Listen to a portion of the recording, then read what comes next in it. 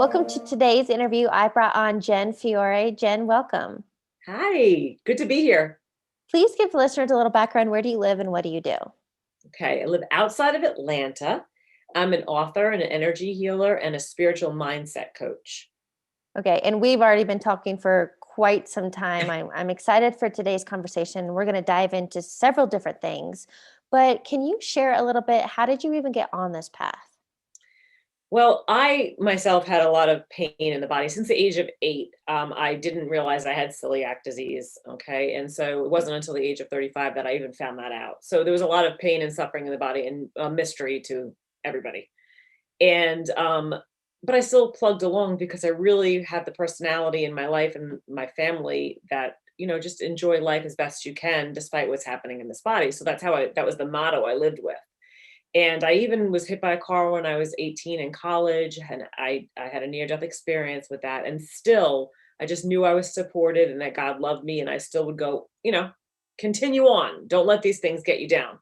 And it wasn't until the age of 26 when I had an ectopic pregnancy that, and at the hands of the neglect from the doctor, that I experienced a great deal of pain and nearly lost my life again, but at the hands of somebody else.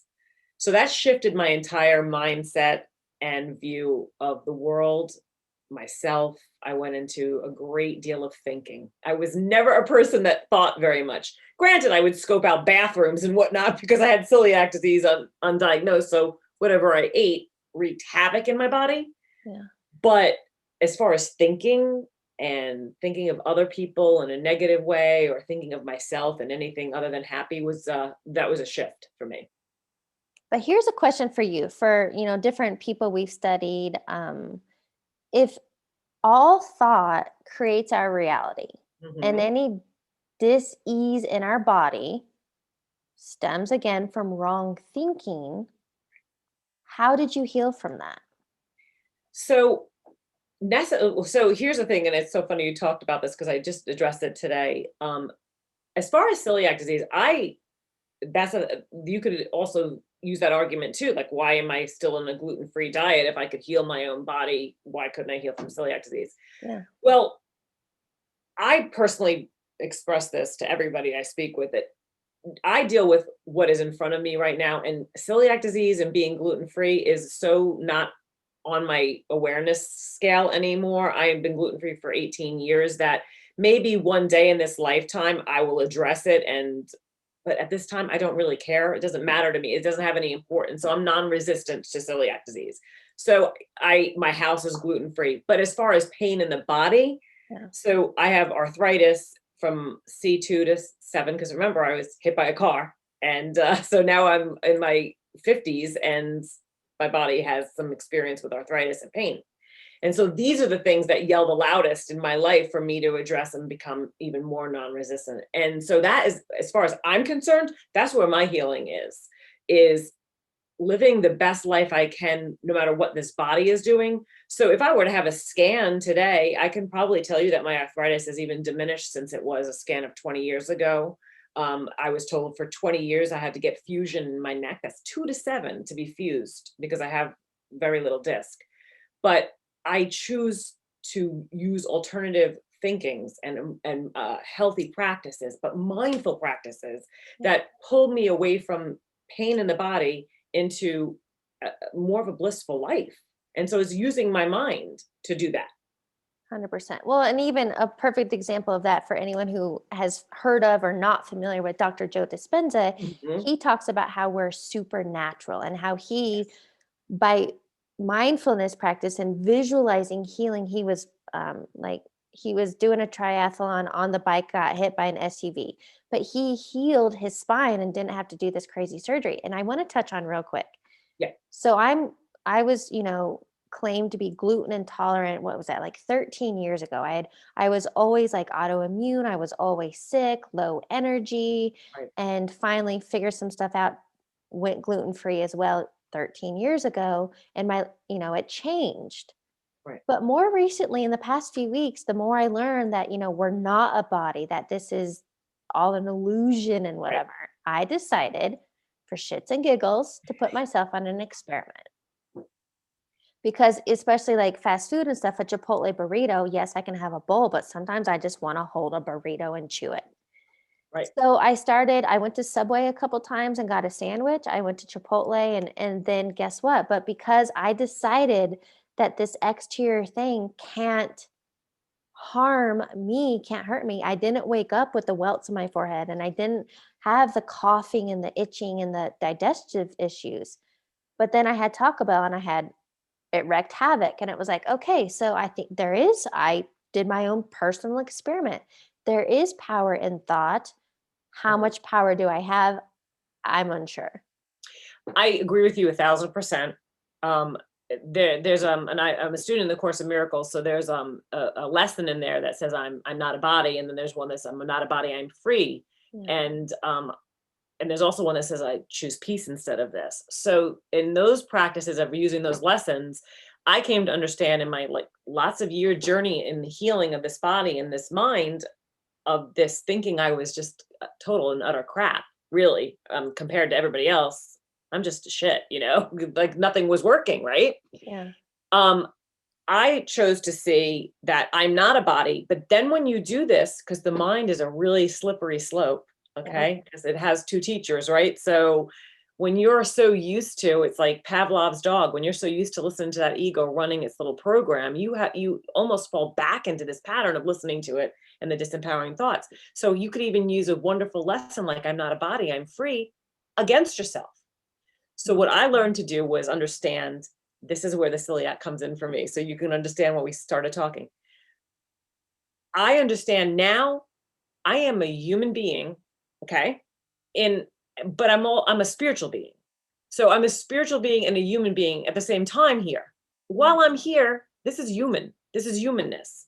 Yeah. So I'm going to not be resistant if this body does something, and I'm going to give it no more power, because when I get in touch with the spiritual part of me that is all knowing and loving and perfect, it calms that humanness down. So it's understanding that I'm walking this earth doing both. So I'm a spiritual being in a human body. Right. Okay. And that took the power away from it. So I don't feel like this need to say, oh, well, Jen, you've done everything, but you still haven't kicked the celiac. What the hell? I'm like, no, I'm a rock star. I hiked 8.5 miles with arthritis, my entire body. I rock. And so that's how I look at myself now. You know what I mean? So I'm the celiac. Maybe one day it would be something I address, but it's a non-issue in my life. I don't even think about it. There's zero thought to it. Something you mentioned I'd love for you to talk more about is this Yeah. who we have a choice on who the teacher in our mind is. Yes. So for example, a lot of times I talk about this as monkey mind, that mental chatter, the internal chaos versus when you're in flow and ease and so can you talk about this whole the teacher in our mind and who do we choose? Okay.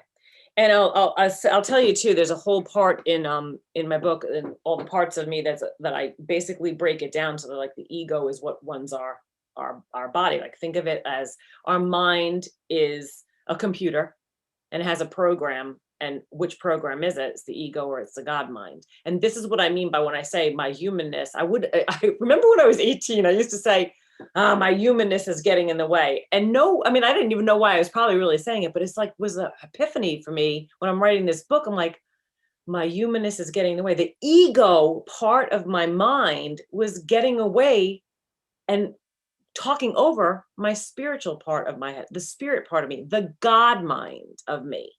So the ego is so used to your survival, but it also does not like for you not to need it. So it speaks loud. And usually when the split mind, we listen to the loudest talker. Yeah. And so the God part of us, that part of us who knows that we're perfect and knows that this is not a problem, girl, you've got this, is never going to talk louder than the ego. It's never going to do that. So it waits patiently for you to quiet your mind so that you could hear it. So there's never really a fight. We're the ones fighting. We're the ones like, oh God, this anxiety, this depression, this whatever I'm feeling is really us listening to that part of our mind that's split, and that's the ego mind, which runs our body and runs our lives. Well, and a lot of this is semantic, so I don't want anyone to get hung up on that. And Right. okay, two things. Words One, are words. I love the acronym for ego, which is edging God out.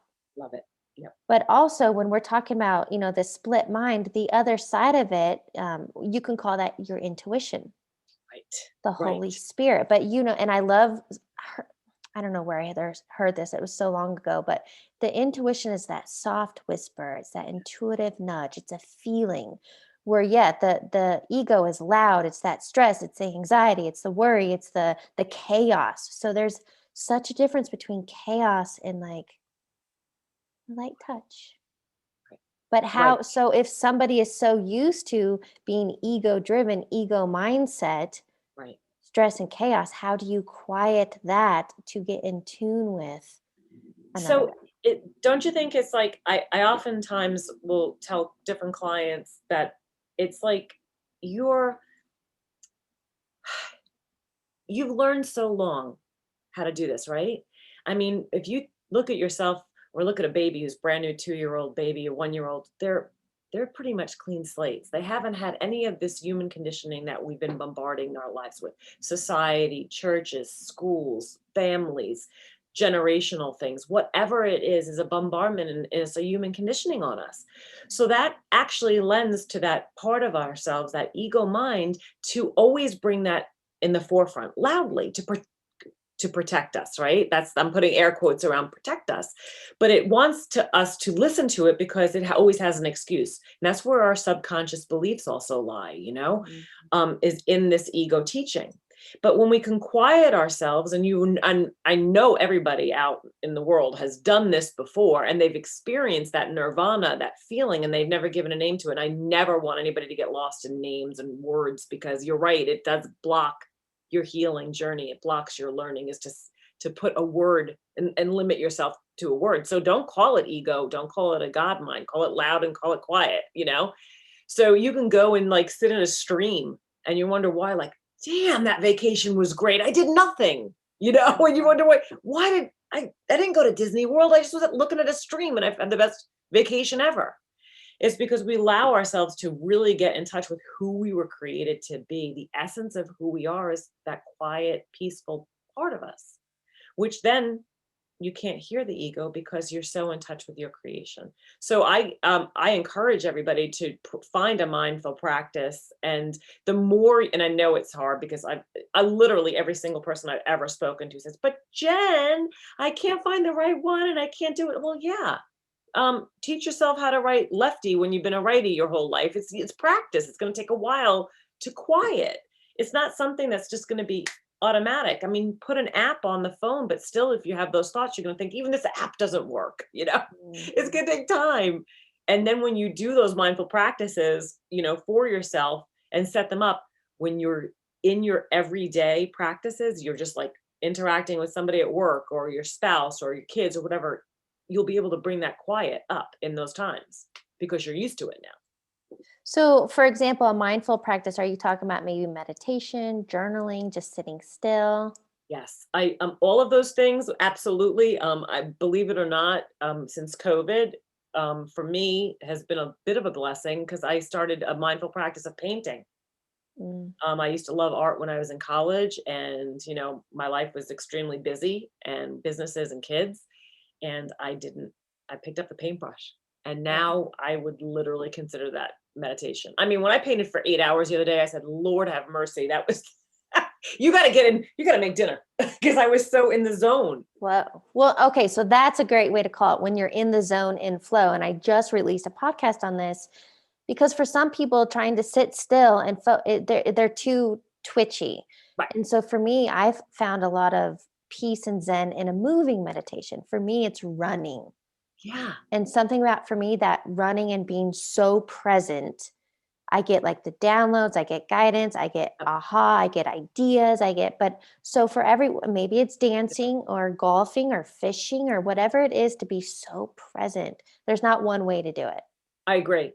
There's so many beautiful things out there you can do. I mean, there's swaying practices and dancing practices, and there's qigong you can do, and there's another one I have to tell you about. I can't think of the name, but it's a dancing practice, and it's meditation and just dancing and wiggling your arms, and it's just fantastic.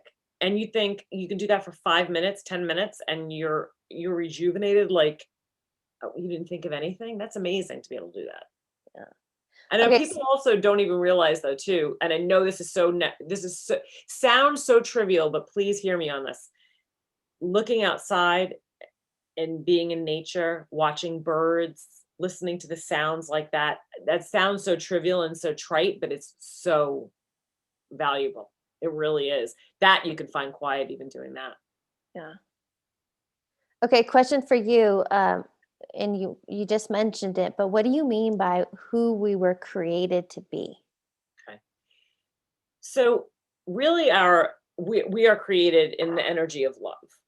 Okay. So I mean, I know it's hard for many people to understand that the entire world is based on energy, right? And it's a very quantum idea, right?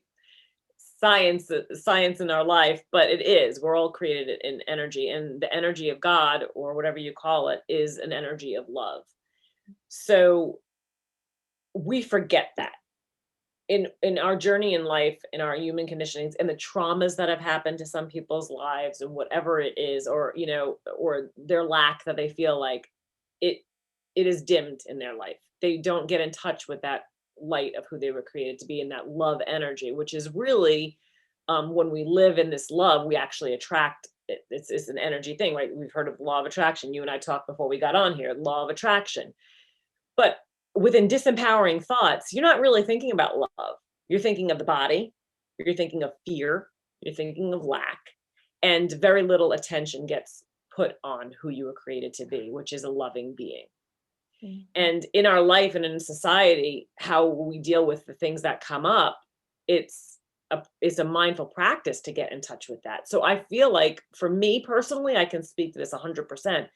For me, knowing who I was created to be was not necessarily, it was something that was said, but I didn't understand it in my life. But knowing that God is inside of me, that light of what I was created is inside of me, part of me, was a game changer for me. It really was, because I had the victim mentality, like I'm the only person that's in this much pain. Like, look at the crap I have to put up with, woe is me. But look at how good I'm doing in life, raising a family, but in the quiet closet, in my, in looking in the mirror, I was just, utter yuck is what I thought. And it wasn't until I realized that I'm more than this body, I'm more than these fearful thoughts about myself. I was created to be this perfect, light, loving being. Mhm. Then all of these things had a different view. I just changed my mind about how I saw myself, in knowing I was created in love. So that was how I started to the biggest journey in my healing, the biggest section of my life to catapult me to actually a happy life.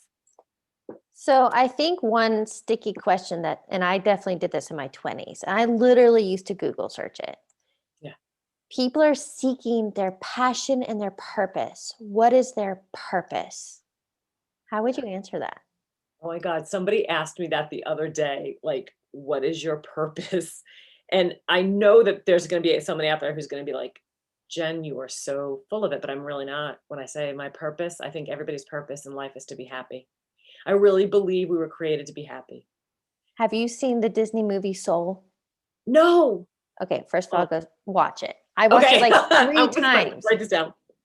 It's a phenomenal movie, and it even has a little bit of quantum. Like, it's a really cool movie. It's like Yeah. ahead of its game. But literally, the motto from Soul is, because it talks about, this main character, he's seeking his passion and purpose. And the message he's given from, I forget the little guy, joy. Yeah, really. We're just meant to be happy. But the ego goes, no, that's What? too easy. I got to struggle and achieve and prove.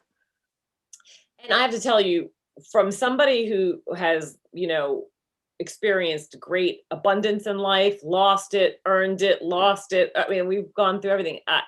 The love of my family trumps everything, Mm. right? So that was what kept me sane and alive. But guess what? Loving myself had to be part of that equation. And so when I understood that love, and that my ultimate experience here on earth is supposed to be about happiness, Yeah. purpose comes right along, the Holy Spirit or energy, wherever you want to call it, plops it right in your lap, when it is literally the living version of the law of attraction, really and truly. It's amazing when you live your life and you're happy with your life and you're happy with yourself. I'm not saying that crap doesn't come up, all right? So don't even, like, of course, you're human and life is going to happen and crap happens. But I'm saying the underlying current of your life is in joy and happiness, and that's who you were really created to be. You actually experience more of it. Okay. When you know it and you think it and you're like vibrating that, you just, whoa, well, how'd that just happen? Isn't that lovely? You know? But when you think you're vibrating, you're not feeling lack and scarcity and wanting because you already feel so whole. So of course more is going to come to you. Right. There's a book in my book, there's literally chapters on it. I had 12 operations. One after the other, after the other, after the other. So what was I vibrating? I was vibrating that I pretty much sucked, that my body was falling apart, that And you were I'm a victim of proving it. it. Proving it. Okay, so here's a big one. I think this could bring it full circle, is that forgiveness is key. And it's something you shared with me, but what was that process for you? And what does that really mean at a deep level? Okay. So with the Course in Miracles talks about forgiveness, really it's everything, really. And it goes a little deeper. We won't get too much into that, but the forgiveness of, like, so first of all, forgiving other people, right? Okay, so this person that did me wrong, if you have had a trauma, my experience with the ectopic pregnancy, the doctor, forgiving that. But once you've forgiven that externally, the biggest chunk is inward. Like, I had to forgive myself for, well, feeling this disempowering and unloving thoughts about myself, believing that I was this limited being, not understanding what I was created to be, to forgive the thoughts of myself. Once I started to understand forgiving those thoughts of myself, again, I embraced who I was created to be. I understand it now. And had you said to me, 30 years ago, hey, Jen, BT dubs, all this pain you're going to, just forgive yourself. Like, you have a lot of nerve to talk to me like that. The Yankee would have come out of me big time. I'd have been like, Yeah. But I understand it now, because this is the life I'm leading. This is the journey that I'm going through. And yes, I affect other people around me, but there's a reason I'm here, and it is to be happy and to share the most I can in this life of love while I'm here. Yes. That's what it's for. I love so you that. can have a good experience, and the body can tell you certain things. I don't give it any attention anymore. It doesn't steal my life and steal my joy. I won't let it. Good. Okay, then question for you. What is one key takeaway you want listeners to get from this conversation? That you have a choice. You can choose again. Every moment you can choose again. So if you are disempowered by thought, disempowered in the body, relationships, work, knowing who you were created to be, yes, was key for me, because I had a lot of body pain. But if you know that you are more than this body and more than this experience, and understand that your mind, you can choose who you listen to, you can choose your thoughts, you can choose again. Every moment is new and brand new. Every moment we can be reborn. So one thing on that, I think I find it easy to beat myself up. So I call it getting derailed. Yeah. And when I used to get derailed from the train track forward momentum going, like mindset, I'm feeling good, I'm being intentional, and I get derailed by something or someone or an experience, I used to get derailed sometimes for days. Yes. And then it was like for hours. And now, but this is practice. And this is about, I call it, like building that mindset muscle. But how do we not beat ourselves up for, man, I did it again. I can choose again, but fuck, I did it again. Exactly. Well, remember I said before, your humanness is getting in your way. It's like acknowledging, well, I know you are a spiritual being. I know you're great, but you're having this human moment. This is your humanness. While you're in this world, shit's going to come up, and you are going to have to face it. You have to face it. You can either go down that quagmire, listen to the ego, and sit there for 2 weeks and eat pistachio nuts, which are lots of calories, but top it on ice cream too. You can do that, but it's not serving you, because at some point you have to put some pants on and leave the house. Yeah. So I forgive myself for having that moment. And then the moment isn't very long. Right. I forgive myself. I made a video about that yesterday, a 3-minute video, because I have plantar fasciitis. I went on a hike and I'm like, what is this fresh hell? I had that. Why am I experiencing this? I had a moment, it was about 10 minutes of son of a, what the hell is this happening to me for? And I'm like, oh, I got to learn something else from this. So I forgave myself for my tirade. And what am I supposed to learn from this? Where am I supposed to be? Well, maybe I'm not supposed to be hiking. I'm supposed to be paying attention. Whatever it is, 1,000 different reasons, 1,000 different ways to choose to see it differently. I forgave myself and I didn't lament over my hissy fit. When we lament over it, we actually give it more energy and it becomes a thing. Right. Take the power away. Good for you. Okay, so to wrap up the interview, I have a couple questions I'd like to ask. Yeah. What is a quote or motto that you live by?